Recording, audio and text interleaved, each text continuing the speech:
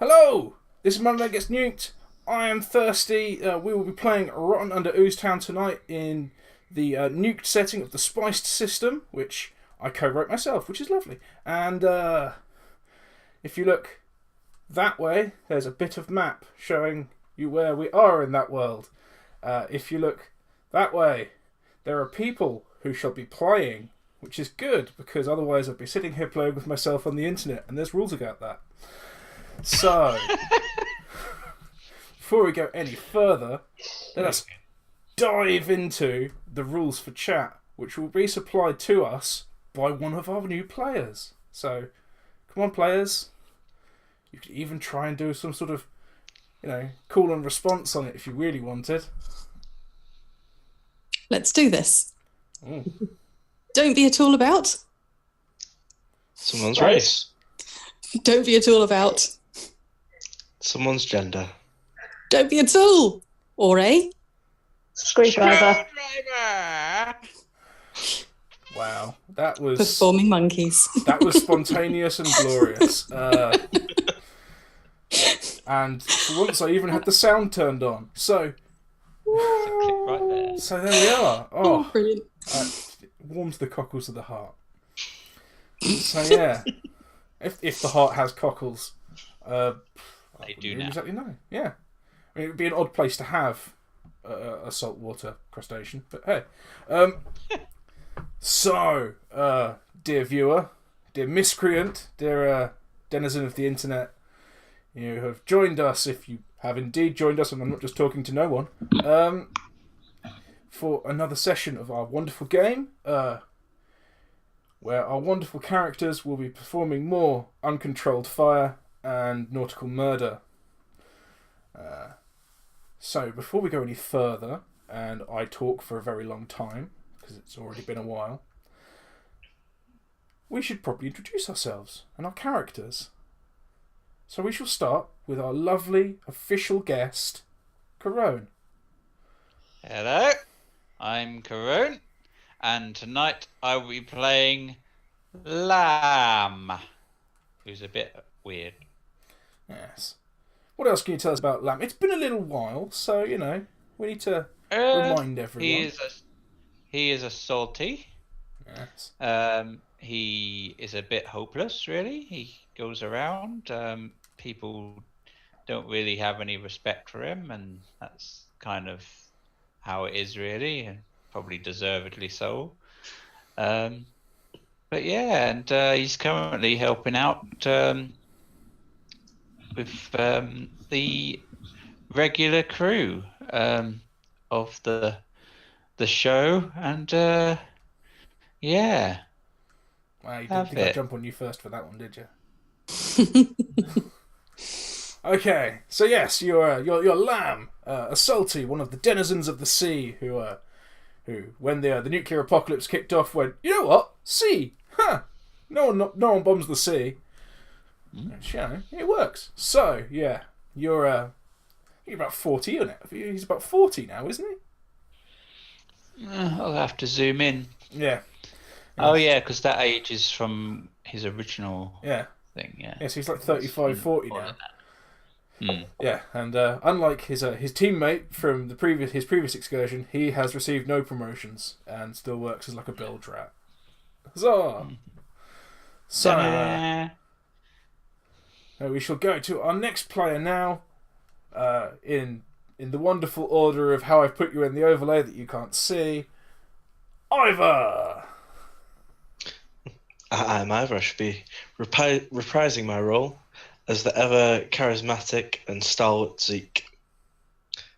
The Bloody liar. somewhat delusional. Yes.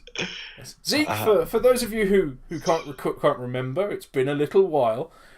Zeke's most famous role in the party is to vanish whenever there's trouble and abandon all of his friends in deadly, deadly danger. Which you did again last time you played him. But now Yes. you've dived headfirst into deadly danger ahead of your friends. In maybe some sort of misguided attempt at vengeance for something imagined. Or redemption, that's the word I was looking for. Vengeance. Maybe that just says something about me. Thinking about redemption and goodness, and all I could come out with was a vengeance. Anyway, so Zeke, stalwart, stealthy, injured, terrified. And last we saw Zeke, he just jumped through a plate glass window, screaming with a gun in his hand. With a gun in his hand and a scuzzle on his shoulder, I'm sure it'll all work out fine. I think Anita has your scuzzle at the moment. Because when I was listening to the recap, Jerry wandered into the room that everyone else was in and went to sleep on the top of Anita's bag. And she went to pet him and he bit her. So, that goes, that sort of segues quite nicely into Lilth. That's all about what you'll be playing. I'm Lilth, and I will be playing Anita, the rotter who's a little bit obsessed with medication. Yeah, experimental pharmacist, if you will. Yeah. Street pharmacist. She may have worked in pharmacy before the bombs dropped, and continues to work in pharmacy because that's all her adult brain can remember. Fair enough. Yeah. What's your most notable achievement of late, do you think, as Anita? It would be finding some people on this and on a ship and trying to put the fire out. Or are you talking about the slapping a patch on someone that then killed them? Yeah. I was actually thinking more about when you placed a small jar of high explosive at someone's feet and then hit it with a burning mop. But needless to say, Anita has a list of somewhat dubious exploits, normally involving petrochemicals or poisons. And burning things down. So yeah, always a good person to have on your side. She likes chemicals, she likes things that go bang. Yeah. She does have quite a bit in explosives. Yeah. Fair enough. Yeah, she knows what she's doing. She just can't remember what she's doing. That sounds familiar.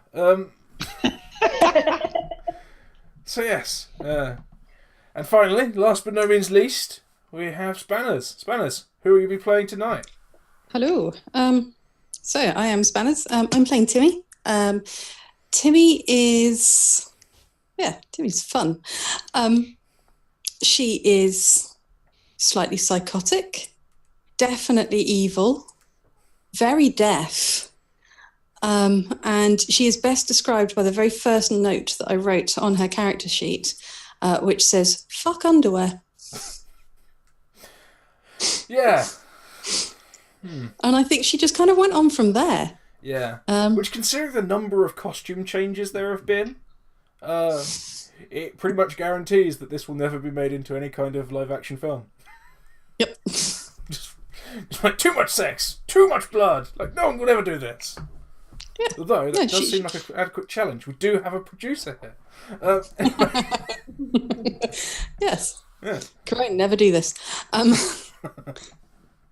So, yeah, she clearly doesn't get on with people. Clothing or other people being alive. People. Yeah. Well, fair enough. I mean, that's the makings of a good group of adventuring psychopaths. A casual relationship to their personal belongings and other people's lives. Not to put too much value on other people's existence. Because let's face it, my HP matter. So, we'll rejoin where we left off. Timi,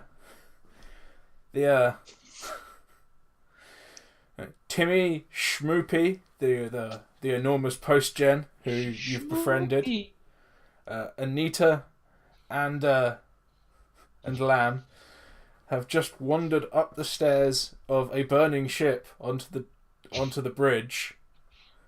after hearing a rifle shot from above, to be confronted with two people sitting at consoles, one standing lashed to a large helmsman's wheel, one person on their knees in grease-soaked clothes, with a gun to their head, and Zeke crashing through a window screaming like a maniac, with the backdrop of flames and smoke. So I think we'll throw straight on in there. Zeke, you've just dived through a window with your eyes closed, screaming. So I think remember, you've got a legendary point for doing so, a bonus one.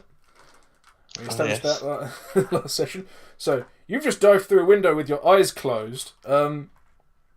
I think it would serve us well as to note the tone of the rest of the session for you to take a reflex save or fall on your face.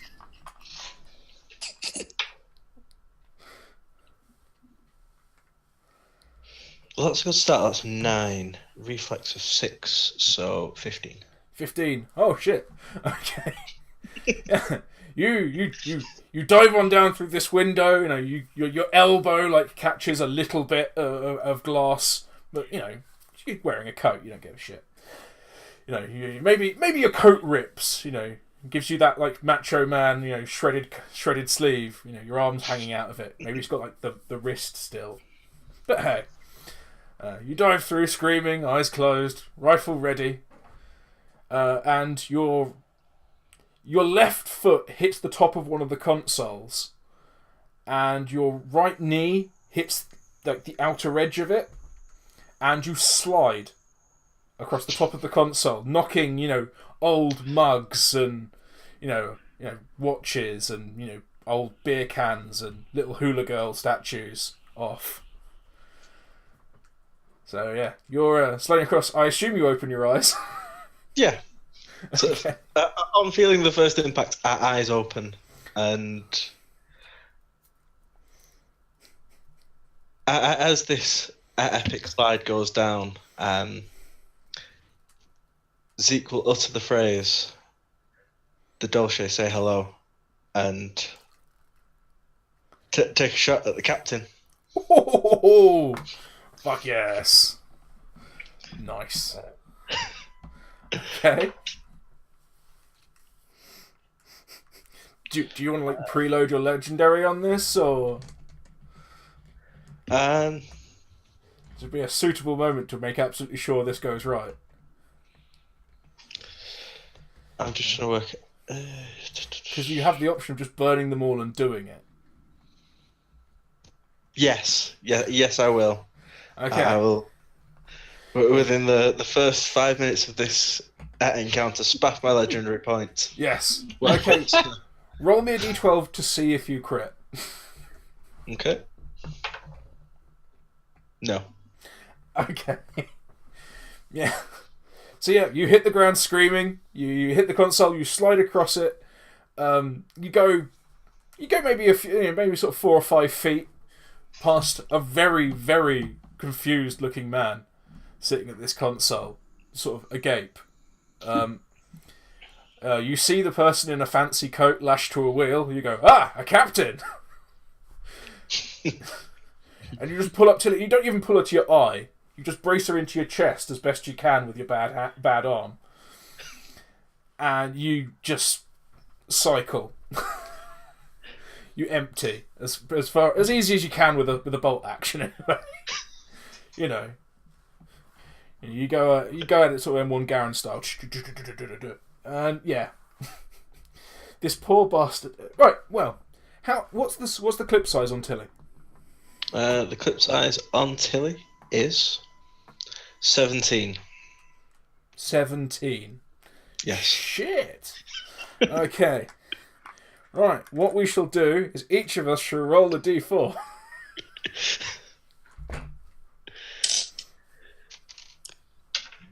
4. 1. 3. So 12. 3. 15. Nice. Jesus God. Oh. So we have 15 shots going in one person's direction. I think it's only fair, on this one occasion, that I shall use the dice that shall not be named, you know, the big one from that other game, to determine how many of those nail this poor bugger. Actually, no. You fired 50 shots. We'll assume 3 do. And instead, roll me a d6. 4. And a 5. So the majority of the bullets hit. Some hit the wheel, some hit, there's a big old console with a wheel on it. Some hit the wheel, some rip the coat. Some hit this poor woman's hair and her large hat. But yeah, you pepper this poor person with bullets. They barely have time to cry, which is lovely.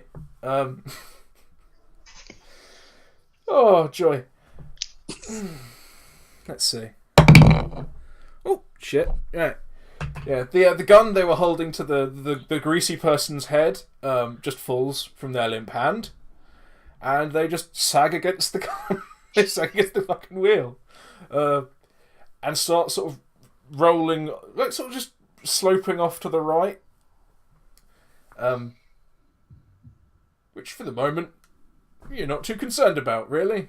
But the other 3 people in the room are rather concerned.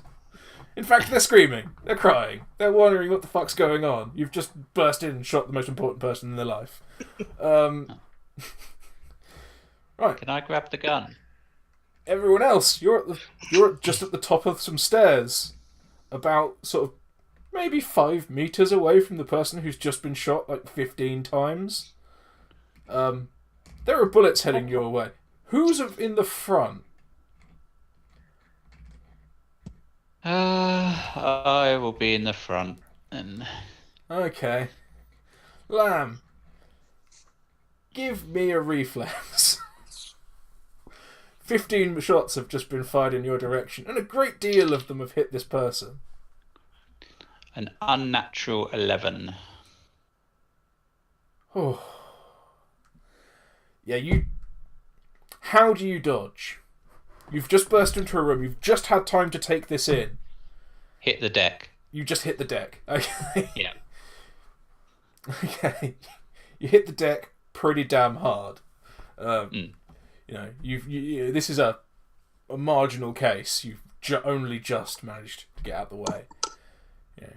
So, as far as as far as Timi and Anita and Schmoopy are concerned, a whole load of gunfire has just stormed out of the bridge and taken down your mate in front. What are you doing? I duck and quickly check to make sure he's still alive. Okay, you're going to creep forward and make sure he's still alive? Mm-hmm. How sneaky do you want to be about creeping forward to make sure he's still alive? I'm not really creeping to hide. It's more creeping so I don't get hit by bullets. So you just sort of dive for him then, you know, making it. Yeah. You're staying low, not staying quiet. Yes. Fair enough. Yeah. Give it a medic. You are very, very quickly assessing this person's, this poor man's injury. That's a 20. A 20. Holy 20. crap! How the hell did you manage that? I rolled a 10 on the dice and I've got 10 in medic. Jesus God. Okay. Yeah. You instantly ascertain. You roll him over and instantly ascertain he has no injury whatsoever. You're probably a little annoyed with him. Yeah. You roll him over, he's got a big jammy grin on his face. Like, ha! You fucking bastard. Right. Pretty Timi. much. Schmoopy. I think uncharacteristically, Timi is going to throw herself against the wall, so she doesn't get hit.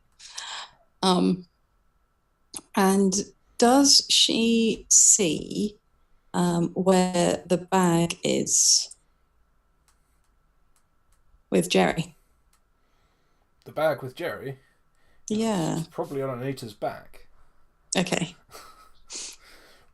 Whether Jerry's still on the bag is a question, but Yeah. there's people diving around. But roll a perception to see if we know where Jerry is. You could look for Jerry if you want. As far as you're concerned, there's a vicious firefight going on. Sort of. There is. We can't have Jerry being That's shot. Fine. Go for it. No, I haven't a clue where Jerry is. I rolled a 1. Okay, yeah. Yeah, you have no fucking clue where Jerry is. You can hear him chittering. You know he's here. Okay. You don't know where. But yeah, she's just going to kind of flatten herself against the wall. I hope not to get shot. Okay. Uncharacteristically calm and tactical of you, but fair enough. You notice, probably behind you, being he's been following you this whole time, you hear Schmoopy grunt, and you hear him fall over. And he falls back into the stairwell. You can hear him complaining. He's not dead. I'm not being a dick, but, he's a big chap. And there's a lot of gunfire. Yep. Fair enough. So Timmy's going to go and follow him. Yeah. Okay. You're going to... No one message Schmoopy. To piss off down the stairs after Schmoopy. Yeah. Okay. Yeah. It just occurred to me that Schmoopy was actually quite badly hurt already. But okay. There we are. He's alright. He's alive. But yeah, Schmoopy goes for... Oh, fuck! And falls down the stairs. Hey! Look! Why? Stairs! In that way that people who fall backwards downstairs do. They complain about stairs existing. So yes, we now have Lamb laying on the floor behind a very, very corpsed person. Anita laying on the floor next to a person who looked like a corpse. And 3 angry uncorpsed people staring at a dude who's just on a power slide and murdered their best mate.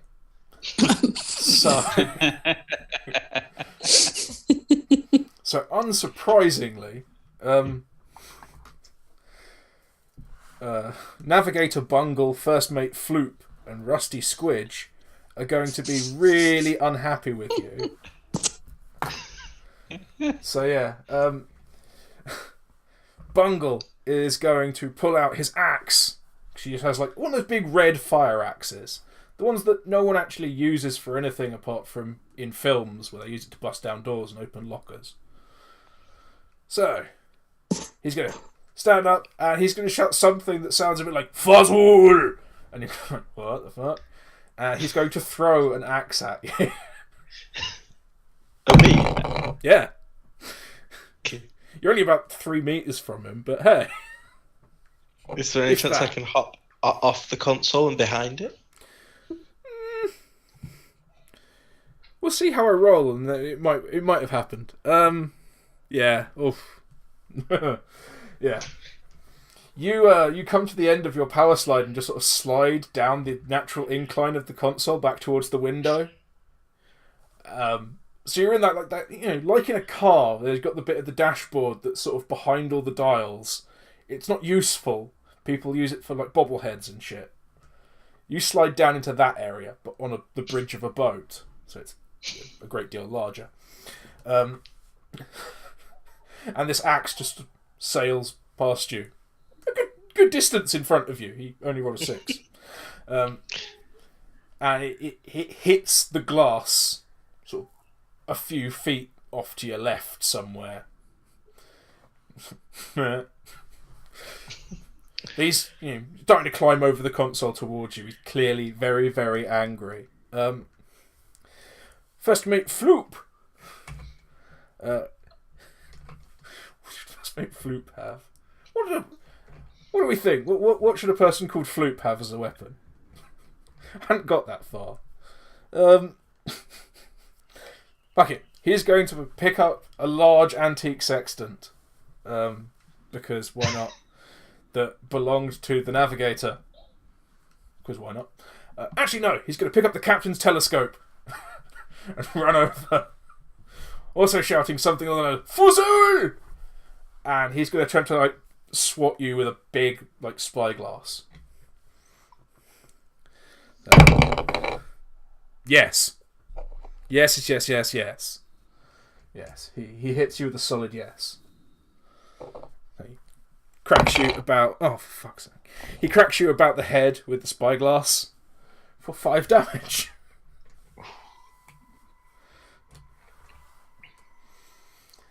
He sort of manages to get a hand to your lapel. Sort of thing. He's going to attempt a grapple on you as well. So... Yeah. How do you want to resist this grapple? He's clearly using strength. Oh, fuck. Okay. Yeah, I think sort of as he brings me into this grapple, I'll just try and bring the butt end of Tilly up into his jaw and sort of push him back. That works entirely because he botched. He botched hard. Yeah, just do a standard armed CC with Tilly. RCC. That is. Don't even try to hit. Just roll me damage. Oh, roll damage. Yeah, he's botched. This is the consequence. He has critically failed his grapple. Okay. Is it plus my arm CC's total? Yeah. So that is 9. Fucking Jesus. Okay. I rolled a 5 on the dice and have 4 in arm CC. Nice. Yeah. So yeah, I assume you grab Tilly with a being that people have been trying to bat you. You've probably been trying to fend them off with your dominant hand, but not your strong hand necessarily. So you've had Tilly with your left hand. And you've just backhanded him around the face with it as he tried to come in. As you do, his jaw just sort of explodes with teeth and drool like a Rocky film. Teeth fly off across the room, and you gain you gain a nice shiny telescope. Enjoy your new telescope. Yeah, there you are. You to the winner the spoils. There we are. So he falls to the floor. He's not by any means dead or even out, but he's clearly hurt quite badly. You've just lamped him in the face for the full force of a rifle shot. So he's not having a great day. And finally we have the rusty Squidge. Squidge is just he's gonna look at this rifle-wielding madman. He's going to look at the intruders, and he's going to dive for where the window was weakened by the axe being thrown at it. He screams something along the lines of Geronimo, but in the harsh accent you've come to expect of these people. He just dives at the window with his hands crossed in front of his head. So. Can't I counter that and leap at him? Yeah, go for it. You're always allowed to interrupt me. Come on. Okay, yeah. So I'm gonna sort of try and leap towards him and stop him from jumping out the window. There's a solid grapple there then. Okay. And that's a crit. That's cool. Yeah, you definitely win that because he did not get a crit. So yeah, you get your free unarmed attack on him unless you want to do something else. No, I'll whack him. Okay. Because that's funny. Yeah. And that is a 4. Nice. Oh, hang on. Nope, sorry, an 8. Oh, Jesus Christ. Because I rolled a 4 and I've got 4 in unarmed. Nice. It always pays to bruise with your bruiser. Yeah. So yes, you grab this poor man in all his like greasy, horrible, mucky clothes. He takes like four or five steps. You just reach out and grab him by like the shoulder. In that way, you might like a running child when you're going like, "No, you've got to come back and clean your room." You grab him. He turns round into a fist coming the other way. Unlike a child, I would not do that. But as a child, I may have done it to my older brother. Yes. You grab him by the shoulder, you pull him back. As he spins, you smack him in the face. Unless, well, do you want to punch him somewhere else? No, the face is helpful. Yeah, okay. The face is traditional at this point. So yeah, you punch him in the face, and he just sort of, he goes a bit sort of bleary-eyed and weak at the knees. You're essentially just holding him up at this point. But yeah, right. I think at this point we can go to Timi. Yep. Okay. So, obviously she's run after Schmoopy because Schmoopy may not die. And she is going to attempt a very, very dodgy magic roll on Schmoopy. Okay. With blatant disregard for the fact that her friends are being shot at and potentially maimed at the top of the stairs. But, you know, she's taking a leaf out of Eivor's book here and running away. And performing a 13. You look him over pretty quickly. Well, we'll say him. Schmoopy is technically a post-gender creature. You look it over. She, or I think is one of the terms that they use. But yeah, I've heard a lot of them. I never know which ones to use. Them. They, them. I've heard she, like she with a Z. I'm not sure which ones you use now. But hey, we'll use they. They, them, it. Probably not it. Well, this is also a creature that's no longer human. Oh yeah, fair enough. Yeah. No, Schmoopy. Yeah, Schmoopy is no longer human. It's a post-genic. It's an entirely different creature. But yeah. Schmoopy walks among us as a god among men. And women. And things. But yes. Schmoopy is clearly a thing. A very horribly burned thing with a large bullet hole in its shoulder. And you look at it, and quite clearly there is a large bullet hole in the shoulder. It appears to be sort of it almost looks like a staple. You know, there's a long hole. The bullet has gone in sideways, and you can still see it a little distance in the muscle of the shoulder. And you know, as you sit there and go like, what are you gonna do about that? Schmoopy just squeezes it like a spot. Oh god! And the bullet pops out. It's shiny. He just puts it in. He puts it in the pocket of his half dissolved like jean shorts, and it falls out the bottom. Schmoopy does by no means look anything like okay. There's patches of skin missing on his legs. He's been shot in the shoulder. He's clearly quite severely burned. But, you know, he's a post-gen. They live. So, yeah. Schmoopy sort of gets up. You know, he pulls out another bullet from lower down in the armpit region and hands it to you. Like, oh, and this one. Kind of like a kid when they're losing their teeth. And it's just like, oh, and this one. Oh, and that one. Huh. Yeah, or at least I did. I lost my teeth very quickly. But hey. So, he hands you a bullet and gets back up. It's like, go up. Do we go up now? Yeah. I think, are you able to get up the stairs? I go. And yeah. So Timi will take his hand and their hand and lead him up the stairs towards more gunfire. I will seems like a great idea. I will restate for the point of argument that we have established now in canon that Schmoopy's hand is large enough to hold a metal door, like that. Yes. So Schmoopy may take like the whole of your forearm with his hand. Yeah, I kind of hold it like a finger. Yeah. Okay.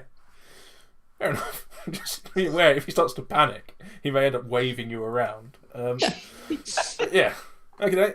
So Schmoopy starts heading back up. Anita, you are currently on the floor watching a very angry man who no longer has an axe try and sort of wave fists angrily at Zeke. A person who's just had their jaw punched in, and a poor mechanic being pummeled by this salty brute ahead of you. What are you doing? Okay, I'm kind of looking between Zeke and Timi, trying to work out what the hell is going on with the whole role reversal thing. The fact that Zeke's actually in the middle of the fight and Timmy's run away. Amongst this, Lamb's just going to shout, "Gun, Anita!"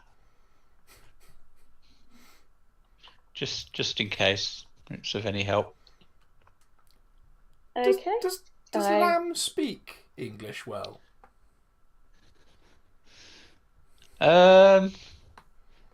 He's got English and salty lingo on his languages. This is a character question for you. Does he speak it well? Oh, I see. Probably does he enough have to get like by. Does he have like a tremendously bad mincing accent that no one can quite understand unless they're standing very close on in fair weather? I think people can pick out basic words, which is how he's just delivered that. Yeah, by you just shouted a single gun, a single word. Yeah. Fair enough. Yeah. Okay, so yeah, Anita, you hear him shouting "gun." It's fairly clear, which is odd for Lamb. I will have a look at where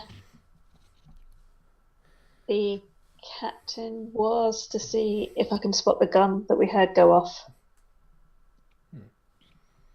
Well, the gun you actually took. I think you actually took the check to true, and you recognised it as a gun you'd heard before. Last session. You didn't know that it was Zeke's gun, but you knew that it was a gun you'd heard before. Or at least it sounded familiar, sort of thing. Yes. Because we had an extended chat about whether he'd fired it enough for you to know the sound. Although he's just fired it 15 times, and you definitely now know the sound. He's fired it 15 times in an enclosed space made of metal. You know the sound well. Yeah. Excellent. However, there was someone up there on their knees with a gun in their face, so we got up there. So I'm looking for that gun. Okay, yeah. Well, yeah, the guy who was on his knees to the left of you, the immediate left of the wheel. The captain was the guy with the gun. Well, the woman with the gun, in fact. So the gun should be somewhere in the vicinity of just to the left of you, if you want to go looking. If that's what you believe this cry of gun is about. Yes, that is what I believe the cry of gun is about. Okay. So I was wondering if you were going to take this more like bodyguard route, of Lamb's wrestling with the gun. That's gun. If you're going to try and tackle him to the floor or try and disarm him of the weapon he's not got. Yeah, Anita's not that strong.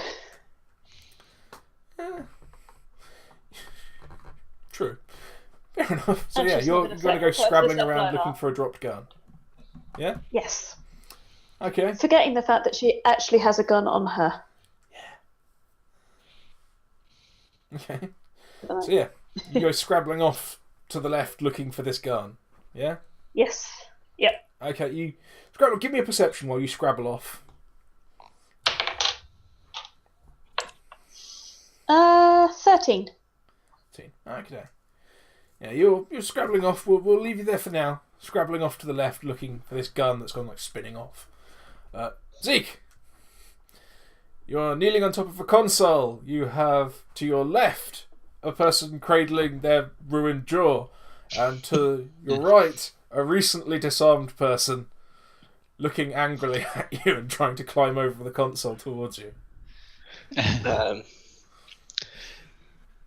Given the now close quarters with this guy on the right, I'm fully in the belief that I've done enough to this poor sod without a jaw, without a functioning lower jaw anymore. That I pull the cleaver that I acquired from Rachel's. Oh yeah. And go after this big fella, sort of somewhat unwieldy for the first time, having attempted to swing a cleaver at something that wasn't stationary. But fair enough. Yeah, go for it. Swing your cleaver at Bungle. 8 and 4, 12 total. Fortunately, you whiff this. You must have had it in your right hand. You swing this cleaver out in your right hand. Your grip's just not very strong, and you don't put your full sort of arm into it. Because you're not quite sure of yourself. You haven't used this thing as a weapon yet. Your arm's not up to strength, and you just don't get enough extension. And you swipe it in front of him. He passes a few inches in front of his face. Like, he's appropriately shitted up, quite clearly. Oh, fuck! He flinches back, and he's quite clearly looking around for a different weapon, being he's thrown his away. But you do miss. Now you're a cleaver wielding maniac instead of a gun toting maniac. So you hear something which, to the salties in the room, sounds uncannily like "fuck this," but to you, just sounds like someone sort of barking in a sort of very coarse tongue. What is? And basically he plops back into his seat, having thrown himself back. Oh well. Are you going to move at all? Or are you going to stay where you are? You have a commanding view of the bridge right now, I suppose. I think that he would sort of sidle to the closest end and get down off the console so as not to be knocked back and get stuck. But other than that, he's going to sort of stay not too far in case one of them makes either a move to peg it or towards Anita. Theoretically, Lamb.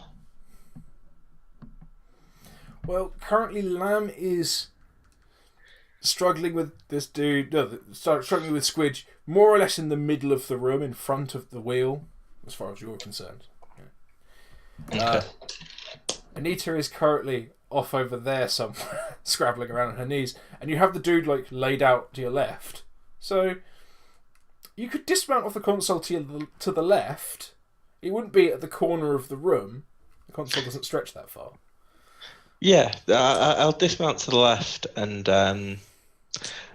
sort of grab the guy that is rolling round on the floor, cleaver in hand, and go, everybody packing with struggling. Otherwise, you can still walk away from this and hold the cleaver to fella on the floor, hoping that the Rusty and the fella that threw the axe will sort of hands up and give up. Okay, give me an intimidate. Okay. You are acutely aware, as you say this, that he doesn't understand a single word you're saying.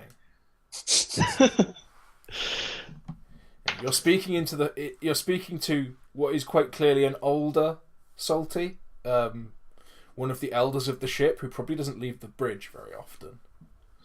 Okay. Is that with intelligence or strength? Definitely with strength. Then that's a 14. Okay. The dude with the ruined jaw is quite clearly worried about the fact you have a cleaver, like up against him, but he has no idea what you're asking. He's laying there in the fashion of someone whose facial features have been kind of compromised by a recent blow to the jaw, trying to look docile.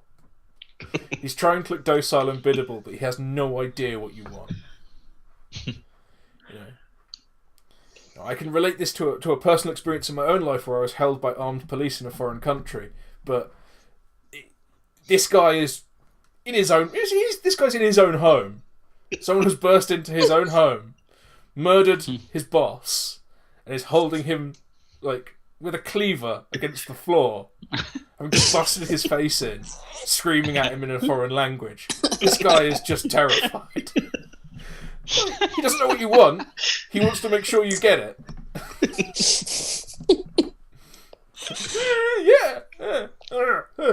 I'm supposed to say. Periodically, between short talking, he tries to sort of put his jaw back on. But yeah, it's not going well. But it doesn't appear to be hurting you right now. We will have to skip to someone else right now because you've kind of lionised this moment. So, Timi, what is Timi and Schmoopy doing? Right, so, how far away is Timi to the others? Assuming you're walking back up the stairs. Yeah, they'd be just coming in.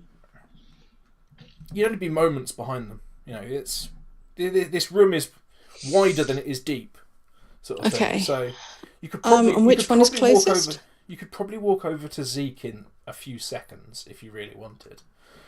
He's probably only a couple of meters away. Okay. So maybe less than 10 meters away. Fair enough. Well, Zeke seems to be handling the situation quite well. So think that what Timi would do would be to look over at Lamb, who seems to have acquired a new friend. Yes. And say to say to Schmoopy, look, there's people hurting your friends over there. Let's stop that, shall we? Schmoopy looks very conflicted. Schmoopy's not sure which friends you mean. It's very clear that Schmoopy's not sure which friends you mean. Okay, so maybe Timi would clarify a little bit and say, remember, your friends, they're the ones that came with me. So look at Lamb. He's over there. He needs your help. But Rusties are nice. They stay at the bottom and they don't hit me. They don't, but they seem to be hitting Lamb, don't they? And remember, Lamb was really nice to you. Lamb and he's nice. Never hurt you.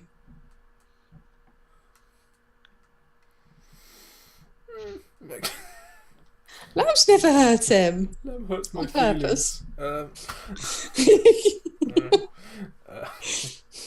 Okay. Lamb doesn't mean to hurt your feelings. Lamb's just a bit slow.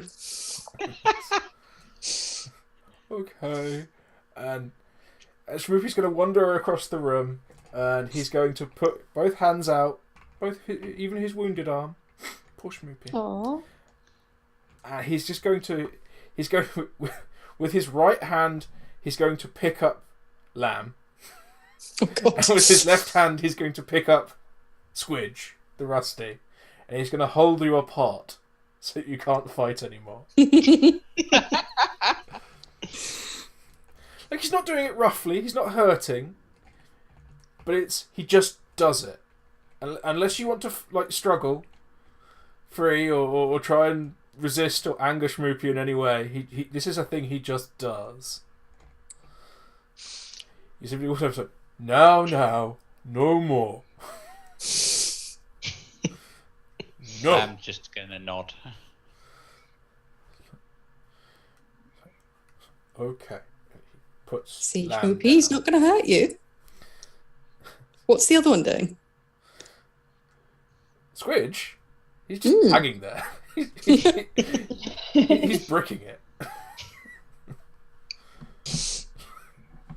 It's a cliche sort of thing to say, but there's a smell in the room that wasn't there previous. This person may have soiled themselves. Everyone else in the room appears to be rapidly dying, and he's just been lifted bodily by a friend who has turned against him.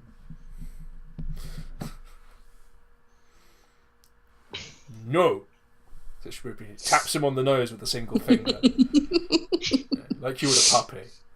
No. There's a sort of a light popping sound as his neck changes shape.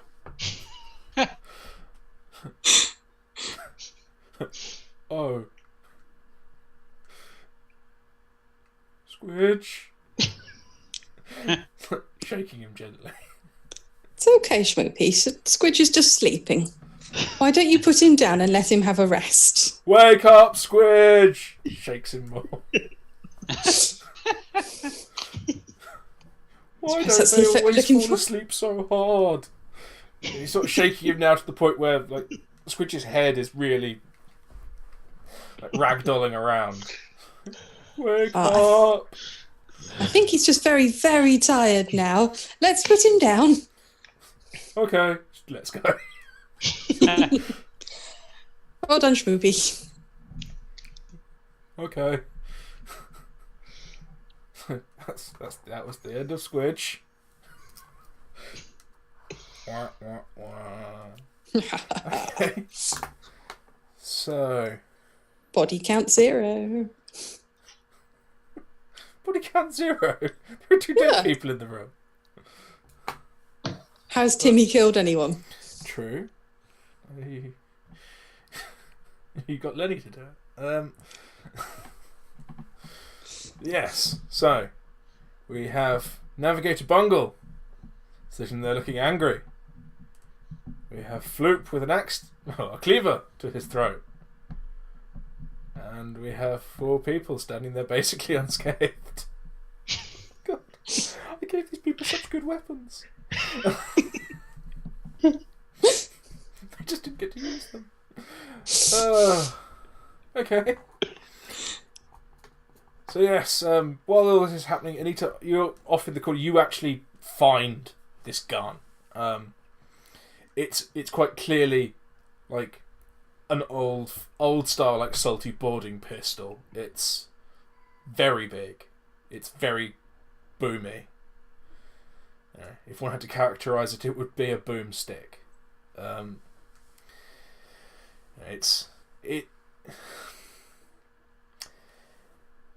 It appears to be made of sort of just a section of bent pipe, wherein a large cap full of charge and a projectile is rammed into the handle at one end. That's the spare. And it has a break barrel action. You just put the other one in. So it's sort of like a sawn-off shotgun with a spare, where the whole handle you're holding is essentially wrapped around the spare charge. It is a very large, booming gun. One of the about the width of a small grade drain pipe. It's quite difficult to hold because it's so wide, and it's clearly loaded. I'm going to carefully pick it up and just shout to Lamb, "Found it!" Lamb's gonna Give me a small guns check. Small guns. Yes. That would be a crit. A crit. Yeah. Excellent. Woo. In picking it up, you have no idea. You've never seen one of these before. Or you might have seen one on the wall in Morgan's office, but never held one. As you pick it up, you hit something, it moves, and it falls open. And it doesn't fire. Hooray! These things are very sensitive. You have a very, very large bore pistol, which we'll go into in a minute. So, we still have 2 angry people in this room. So, at this point, all of Bungle's friends are pretty much buggered. Bungle is going to cry for mercy. Is anyone going to reply? He's doing it in salty. He's doing it in salty lingo. So, yeah. As we've established that these aren't your standard salty, does it come out in that heavily Russian, potentially aggressive accent? Oh yes, it's very mercy, don't kill. Yeah, it's a very deep, like guttural, somewhere Navian. This isn't like the Dolshoy who just like were a bit continental, or the Flitters who your mates are, who just sound a little odd, but they deal with people on land a lot. These guys are hardcore from somewhere.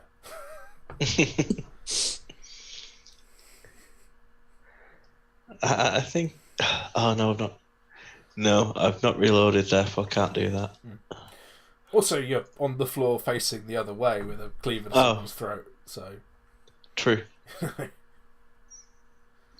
I was hoping I'd be facing into the room so the fella in the chair could see. I suppose you might be. Yeah, fair enough. Well, you always have time to turn.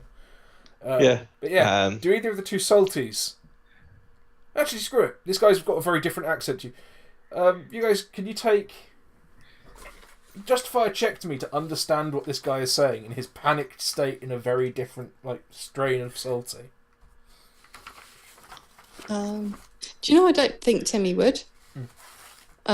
If she can't hear... Yeah, to be fair. Well, normally, yeah, she's not going to cope with accents. So, and I'm not sure she cares. Yeah.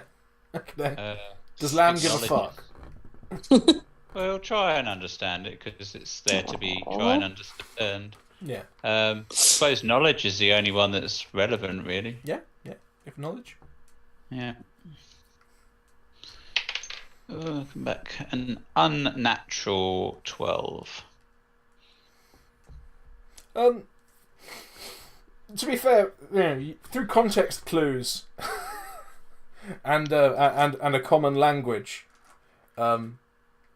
you get what he's saying. He is crying for mercy. But as he does so, he's like reaching under his he's backing away and reaching under his console. I'm going to leap at him with my club and try and knock his head off. Fucking hell! Or his shoulder. Right. And I'm going to burn both legendary points to make it happen. Oh Jesus God! Okay, yeah. So yeah, it happens. You dive across the room and crack this guy upside the head.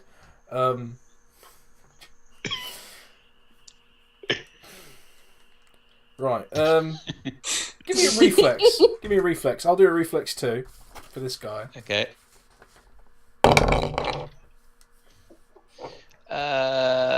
So the reflex. Oh, where is it? So that's 6. Because I rolled a 2. Okay. And this guy got a dirty 12. So this guy beats you to the punch. He pulls out a rather unfriendly looking knife from underneath his console. And you do dive across the room and you do smack him upside the head. Mm-hmm. But as you do, he gets the thrust in as you crash into him. Oh dear. Yes. So, roll your damage, and he'll roll his, okay. And we'll see who dies first. And that would be... hang on. What What am I doing on the thing? Oh, hang on, it's armed close combat. So that is, well, I crit on the dice, and so the total score's 18. No, you just need the damage. The You've damage. You've already burnt. You're doing it. I'm losing. You do also the plot. crit, which is nice to know. But Yeah. D6 plus 8. Ah, that's not too bad. 13. okay. 13. Yeah. You crit for 13 damage, having already burnt legendary points to make it happen. So, yeah, you dive across the room and you smack him upside the head as he stabs you for 9 damage. But Okay. he then cartwheels out of the broken window. That basically, you dive towards him. He stabs you, then you smash him sideways across the head, and he stumbles across, hits the broken window at hip height, and cartwheels out of it.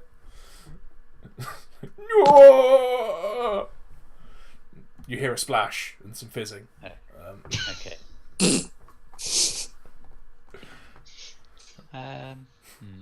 Okay. Come on, you've just crit. You've burnt legendary points. You've crit. Look out the window. What's your witty one-liner? I showed you mercy. All right. Fair enough. Probably not thinking straight because he's actually unconscious. Oh. So what you've done is you've belted a guy fucking hardcore. He stabbed you. You're going, I showed you fucking mercy. Thump. Yeah, pretty much. Nice. Excellent. So yeah, the rest of you see Lamb smash this guy out the window, walk over, spit out some pithy line in heavily accented salty, and then just fall over. Yeah. I'm at -3. unload that You're at gun. -3. Yeah. What's your endurance? So look, my endurance was hold on, physical endurance. No, was just 6. endurance, just that. Oh, just endurance. 3. That might be dead.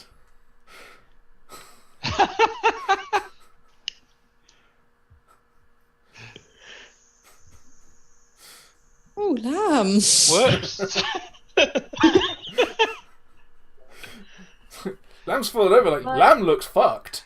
I rushed over to Lamb. Doing a lot of rushing, but okay. You rush over to Lamb.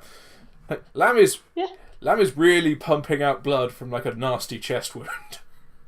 This knife is still in there. I try and stop the bleeding. Okay, how? I seem to recall Lamb is still wearing his old heavy clothes from the waist up. So even getting to the wound will take a bit of effort. I pull the knife out. Use that to cut. Give me a medic his there. clothes. Give me a medic. You've just pulled the knife out of a gushing wound. Yep. Give me a medic. That'd be another crit. Excellent. He's not dead. So that right now technically is 22. Oh yeah, you've absolutely smashed the fuck out of pulling the cocking great big barbed knife out of his chest without killing him. He's still laying there, bleeding profusely. What are you going to do to staunch this wound? I am going to grab whatever I can and pack it. Apply lots of pressure. Where's that bleeding from? Whereabouts was he stabbed? He was stabbed in the chest. Low in the chest. Upwards through the ribs. Yeah, I apply lots of stuff and pressure. You pack it, pressure, you tie something round it. Yeah. All the beers. Okay. Yeah. Give me another medic. And I also yell to Timi, have you still got that needle and thread? Yes. Timi is going to pass over the needle and thread, even though and remind Anita that this is a fishing net needle. That has been through Roger's ear. That has been through Roger's ear, It's been slowly through a corpse's decomposing ear for a while. Like a week or so. Yeah. But you know what? Go for it. I kind of wipe it on my clothing, polish it off a little bit, and hand it over. That's a 13 on the medic check. Yeah. Okay. So you've got it wrapped and packed, and you're applying lots of pressure. You've got Schmoopy to come over and lean on it with one little finger to keep the pressure on. Timmy's going to be saying like weird salty prayers at this point. I also still have a half bottle of clear dangerous liquid that I'm going to dip the needle into. Ooh. Nice. To clean it. Yeah. She remembers that much. And I am going to very carefully attempt to at least sew it together a little bit. Bearing in mind, I know it's a big needle, but it's all I got at the moment. Okay. Give it a shot. For oh. Yeah, I suppose it still has That's an 11. Mm-hmm. Okay, Kerone, give me a physical endurance. In order to use this needle, you'll have to unwrap and unpack and remove the pressure. 7. Yeah, he's not looking good. He's really not looking good. He starts to look grey and like he's twitching. Like, he's starting to go into like light spasms. What's in the bag? What's in the bag, Anita? No. Timmy has some stim, which she's going to hand to Anita and kind of shrug. But we can't make it worse. True. Have I still got that syringe of stuff I used on Zeke? I believe you used it on Zeke over the course of like a week. Yeah, to enable him to regain use of his arms.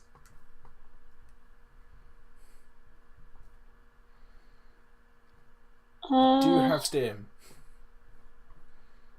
Got stim. I'll use the stim. Excellent. You slam in a stim. You've sewed him up. He's still not looking good. You've slammed on the slap. You wrapped him back up. You've applied pressure. Blah blah blah. You slam in the stim, and his eyes open. Lamb, you are in enormous pain. Like Titanic, terrifying, agonizing horror. You're alive, and it's the worst thing that's ever happened to you. Make it stop. At that, Schmoopy looks between the rest of you and is like, help, friend. Trying. No, he makes kind of like a smothering motion. No. No.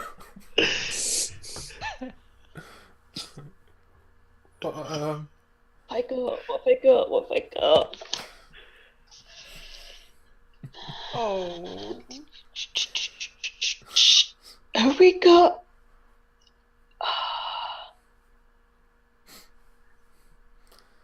Did we still have any of Captain Morgan's special? No, we drank it all. We did. That's why I've not got it written down. Yes. Oh.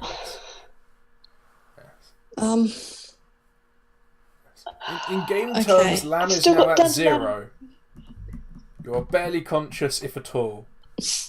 You are no longer I've got. dying at the moment. I think Timi is going to rip off a strip of the leather belt that she was wearing, hand it over to Lamb. Okay, here, mate. Wait on that. A strip of the leather belt you're wearing? Yeah, so she had a leather belt that she was using to hold up the Kelplar armor. Most of which she has taken off anyway, so God knows what she's wearing.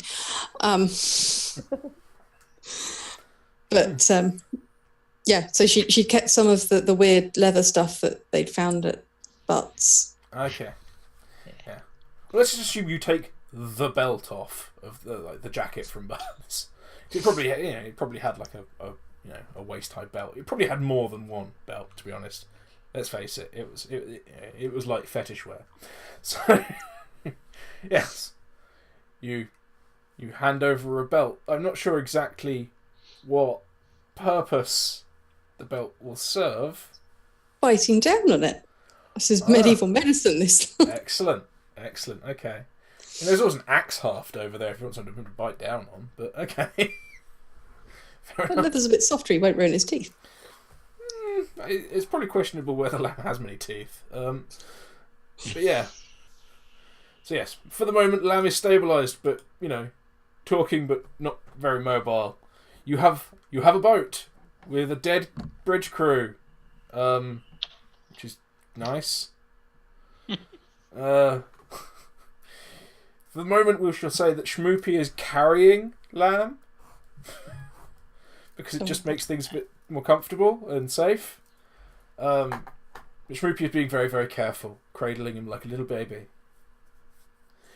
which is probably a little, uncomfortable and disconcerting for Lamb. He's a grown-ass man being carried by a very, very large person. But yeah, you're on a boat. It's got no control. It's on fire. You've just killed the bridge crew. The engine room doesn't know this, nor does anyone on the deck. And there's a fire spreading to the magazine. What are you doing? I'm going to turn my neck very slowly to Schmoopy and look in his eyes like with big eyes of my own and just say, I'm scared. Okay. Schmoopy is going to look down at you and say, "No, be scared.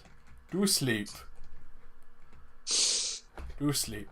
And with with fingers that are easily like the width of biscuit tins, he's going to try and push your eyes closed. It's kind of like someone just standing on your face.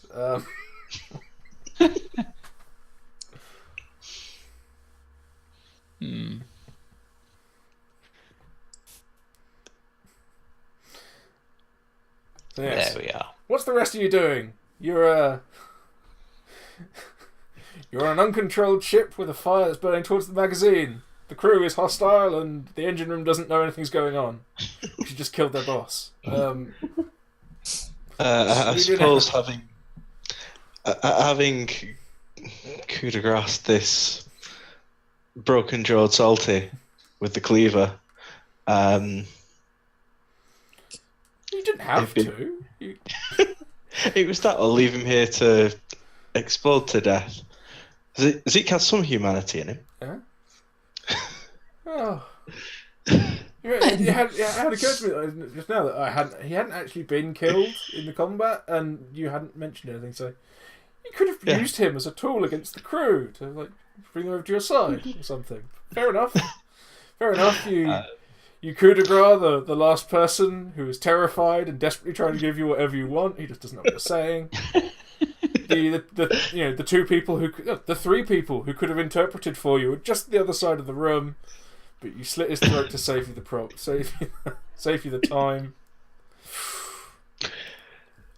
And Zeke will then head over and go, I think we should get back to that skiff now. Yeah, so Timmy's going to pat Zeke on the back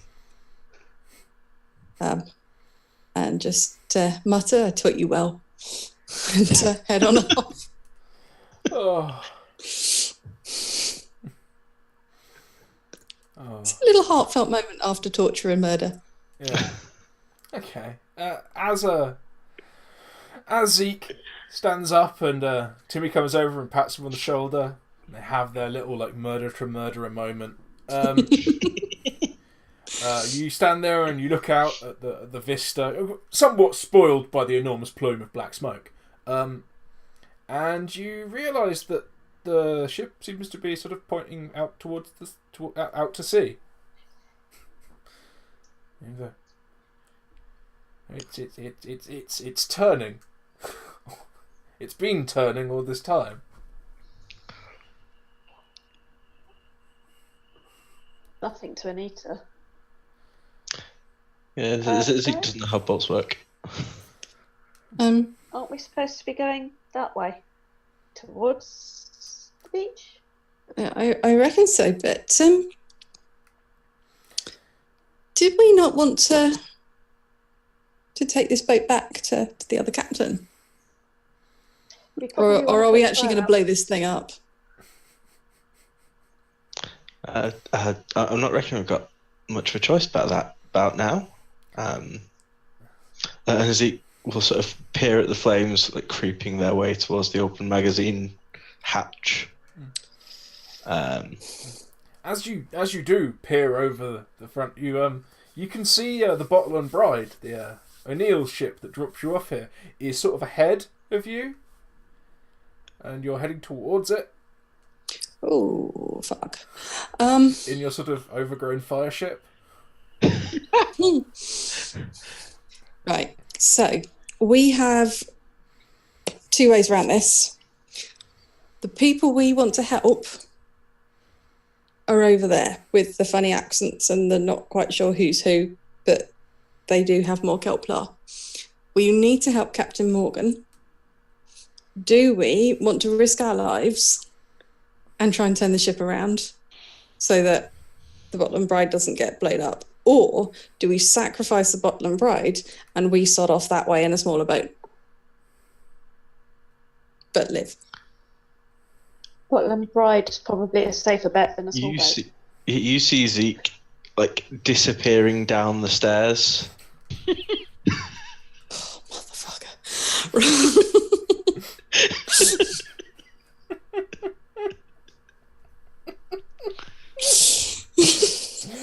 Oh, I love you, Eivor. Fucking amazing. The stalwart defender of justice and mercy. Yes, when the going gets tough, where's he gone? Where is Diver heading? Yeah, where the hell are you going? Towards the side of the boat that I know that the landing skiff is. Yeah. Okay. How far away is he at this point? He probably would have only got like to the first landing of the stairs if he left immediately after you realised the boat had been moving. Right. But I will remind you, because it's been a few weeks, the little boat you got here on is gone. Long gone. Anita knows this for a fact. No, I'm heading towards the boat that we were put on to go and raid. Oh yeah, the little raft. Yeah. That you were on,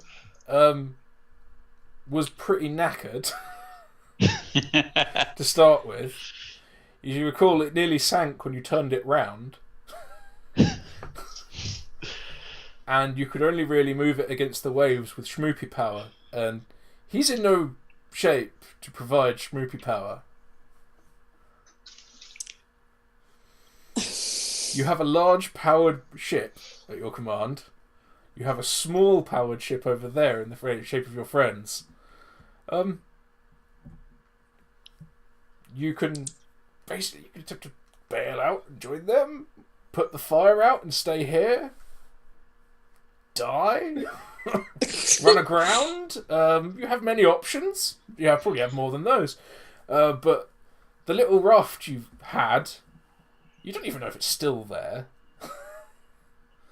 Pinning all your hopes on it might be a bit naive. Right. Yeah. I think while Eivor is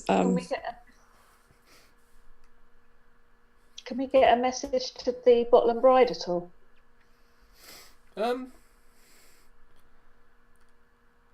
know. Do you have anything to send a message to the bottle and bride with?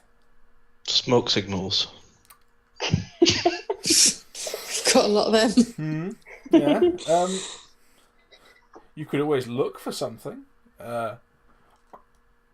If you don't have it written on your character sheets that you were given something, or you have some way of signalling them. Don't think so. I mean, Okay. even the salties among you have never been bridge crew. You wouldn't know how any of the shit here works. You know how a wheel works, but that's probably like the only. Right, we are on. We have to stop the big guns on the shore, yeah? The big guns on this ship you're currently on have been bombarding the shore. You have to stop the big guns that are covering the port at the other end, yeah, at the fort. But that's not your immediate problem. Can we set this boat heading towards those guns and then abandon the ship onto the bottom line, bride? You wouldn't be Anita able says to. looking between Yeah. the two salties. No. Basically, this ship is bombarding the boneyard. There are probably guns at the fort in Ooze Town that you could use these guns on. But you can't set a direct course from here to Ooze Town. And also, that doesn't deal with the whole problem of it might explode in the meantime. Like, this might be a useful boat to have. It might be that the people on the Kelping Hand are expecting it. Is there something we can use to put the fire out with? Is the hose still there that Anita brought up? Oh, God, yeah. Hose is there. It's still pissing out horrible smelling water. Can we try and fight the fire again? Yeah. Anita's going to head towards that because she knows it's there. Guy's hand and head towards the hole to try and put out the fire near the magazine.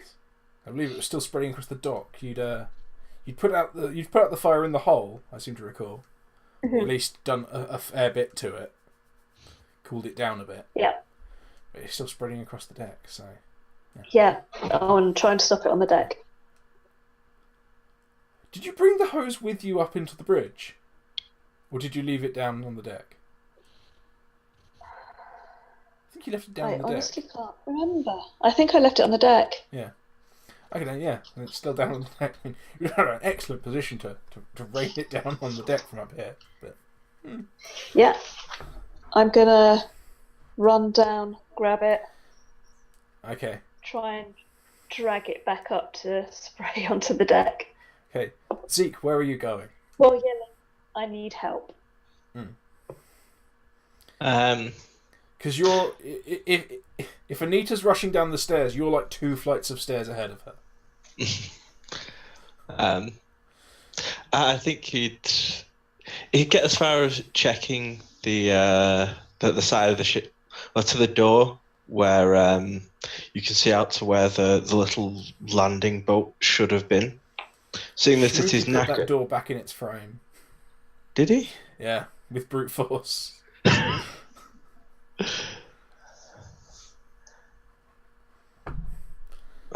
Damn. You might be able to like knock it back out, but as I recall, it opened inwards, didn't it? Schmoopy punched it out of the hole and then put it back in. Yeah, I will sort of give it a shove to see if it'll open up, to see if I can see the thing, the landing craft. The hoist, if yeah. not, Okay, yeah, you'll give it a jolly good thwack then. However you intend to do so. I will be going nowhere because that is a 9. Yeah. Okay. Yeah. You hurry down the stairs. You hurry across the darkened room. You remember your way, and you you go with like a full shoulder barge at this steel door. You sort of just bounce off with 2 hurting arms. Thump. Ow!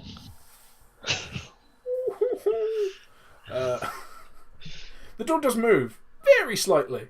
You can see like a bit of sunlight round the top because the smoke's washing towards the front of the ship rather than the back now. So you can see some sunlight, but you can't see out really. You've got enough to put your hand out through the top. Okay. Was there another door on the other side that Anita came through? Yeah, there's another door on the other side with lovely oiled hinges that's probably open. So rolling on closing it. Zeke will head out that way and realise that he is now surrounded by fire and on the wrong side to get to land. So we'll... By this point... when you go out that side, the fire on this side, at the back of the ship, is actually out. You have a very large hole with some fire in it off to your left, which is where you originally came onto the ship. There's still some fire on the lower decks, but like the main like enormous inferno is just sort of smouldering now. I think to try and scamper into the fire or up round the back, which is quite heavily blocked, but you climbed over it last time. Did climb over it last time. I think in these moments Anita probably would have caught up with him. Sort of the as he came round from the jarring pain of slamming his shoulder into a door that didn't move. I like the cinematic image of Anita rushes down to grab the hose and heroically save the ship, while you're standing in the same place dithering as to where to go. And she goes, "You had the same idea as me. I knew I could count on you."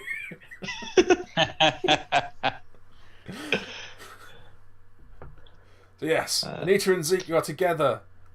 Where are Timi and Lamb? Yeah. For the sake of ease, you basically control where Schmoopy goes at the moment. So yeah, Timi is basically like kind of looking after Schmoopy, knowing that Schmoopy's injured, but it was also holding a basically dead lamb.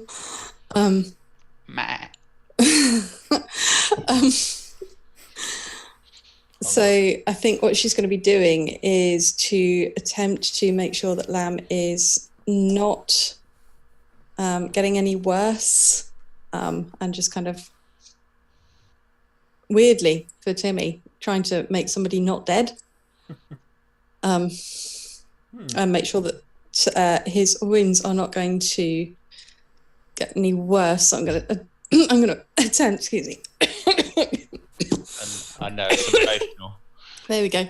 I'm going to attempt another medic roll, but I'm going to have a drink first. Yes. A botch here would make Zeke's day. No!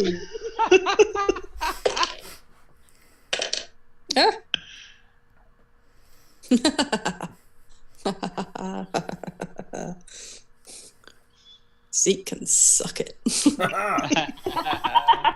Excellent. Yeah. So yeah, you're looking over the wounds on your favourite little buddy, not the big one, the little one, and as he's laying there like mewling pitifully, and you remember, yeah, fine. You remember a particularly bad morning after you had a few years ago, where because of your difficulties with your hearing, your balance was affected, and you'd been drunk the night before, and everything was just fucking horrible. And you remember really clearly that after you stubbed your toe like the third time, your headache was the least of your problems. So you have deduced that the best way to help Lamb with the pain is to hurt him somewhere else. In a fleeting and inconsequential way. So what you do is you take off his boot and you hit him on the foot. And the inconsequential fleeting pain of his foot temporarily distracts him from the very real and intense pain of his chest. And he very briefly complains about something else, and it's just better for your sanity. But Lamb gains 1 hit point. Hey, helping! What am I on now? 1. On 1. Hooray. So you're just that little bit more conscious to feel the actual pain. Yes. Yes. It's an extra Dave. hit point in the sense, not in the sense that you are in fact healthier, but in the fact that you're dealing with it a little better. Yeah. You're that much further away from unconsciousness and real trouble. So yes, we have. What is the time? Woo. Okay. Right. We have an unlikely medical hero. We have an unlikely firefighter. Crispy one. Yes. and a walking, barely sentient ambulance. So, I think, you know what? I think we might call it for a night at that point, because we have all the seeds of a disaster for next time. So yeah, there we are. We shall have you all standing downstairs, the hose between you, and your wounded friend, now well enough to lift your head and look around and know how fucked you are. And that's yeah, that's going to be that for tonight. So all of you out there in Chatland, thank you very, very much for being so active. It's nice to know there's someone out there, because I don't always have time to check the viewer list. So, this is the point where I try and wind my head back from the cinematic vision in my hair and remember what we say at the end of these things. And because I can't, I'm going to let someone else to do it. Thank you very much. This has been Monday's Get Nuked. He's been thirsty. He's the world. And all the people in it. And Kerone, how did you find this evening? Oh, thanks, Kerone.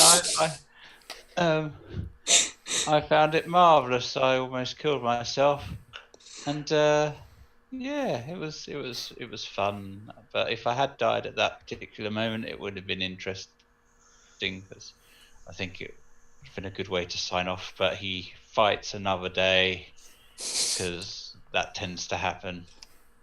But yeah, it's been a lot of fun. We spent half of it in one room, but that tends to happen in what we do. But yeah, so a lot of fun. If you're interested in finding out more about me, then first of all, why? But secondly, you can find me at Kerone_BTP on Twitter. You can also find information about Portrayed, which is my short film, at jqs.org.uk. Wow. Thirsty. He's good at that. He is really good at that. I think maybe I should get him to host things. Yes. Maybe, yeah. Sneak peek for the future. Into the mind of Kerone. Yeah. Oh God, no. That's toxic. You don't want to go there. No. But yes, there we are. Thank you, Kerone, for being me so much better than I do. So yes, as stated, I was Thirsty, I was the world. You can find me at thirsty_BTP on Twitter. You can find me on bloodthirstypups.co.uk. You can find me here on Mondays, and if I'm talking too quickly for you, slow it down when you watch it on YouTube later. As things go in no particular order, we should go with Spanners next. Oh, hello, I am Spanners. I have been Timi. You can find me on Twitter at Spanners_ACX. You can find me on Dark Dice, which is everywhere on the internet. You can find me on Counterbalance soon this year. And you can also find me on some interesting things that I've been doing outside of this as a complete polar opposite to Timi, providing you with very nice BBC4 meditation. Go look it up. I would argue that this has a certain therapeutic value, similar to BBC4 meditation, but maybe for the slightly more bloody-minded. Yeah. Ever floats your boat? Or not, 'cause you're sinking this one. But yeah. So, now, if we're going to keep up a strict order of things, now we shall hop to Eivor. I've been Eivor playing Zeke, the ever valiant, the ever brave. That was a really fun session. You can find me on Twitter at Eivor_DNABC. I think I need to shorten that. But yeah, otherwise, for now, in the nebulous north. So, and by no means least, because let's face it, I couldn't even do my own outro. We have Lilth. I'm Lilth. I've been playing Anita the Rotter, who actually saved a life today, which is quite impressive for her. Yeah. Yeah. Yes. Magic went well. You can find me on Twitter at Lilth21. You can also find me on a Saturday at 9 PM GMT on Kit's Twitch channel, playing some D&D. Huzzah. That other game, the one with the big dice, yeah. Strange. Yeah. I couldn't think of the name of that one, but yeah. So there we are. Once again, I can't recall what we say at the end of these things. So those of you who watched along with us, those of you who watched along with us on Twitch, thank you for doing that. Those of you who are watching later on YouTube, hooray! I remembered to edit this down for YouTube. Those of you who didn't watch, what's wrong with you? And yeah, time at the bar, bitches. Ta-ra. Bye. Outro card. I can't believe you ran away. How is that a surprise? Because you've not run away in ages. You started off so well. I thought I taught you well. Incremental character development. It was too much to hope for. Zeke would suddenly become, Zeke the action hero. Ezekiel McLean. With his ripped shirt and his arm wound. Oh, had you all set up to become the new great hero. Oh well. Expected better. I just need to find a musician to follow me around and sing the songs of Sir Zeke. You mean like you need to have a bard. You mean like the very cool band in "I'm Gonna Get You, Sucker" that follows around the protagonist? Excellent. But yeah, thank you for playing, everyone. It was once brilliant. again. Thank you. Sorry I didn't manage to kill you off, Kerone. My bad. We will never let you die. No, live forever.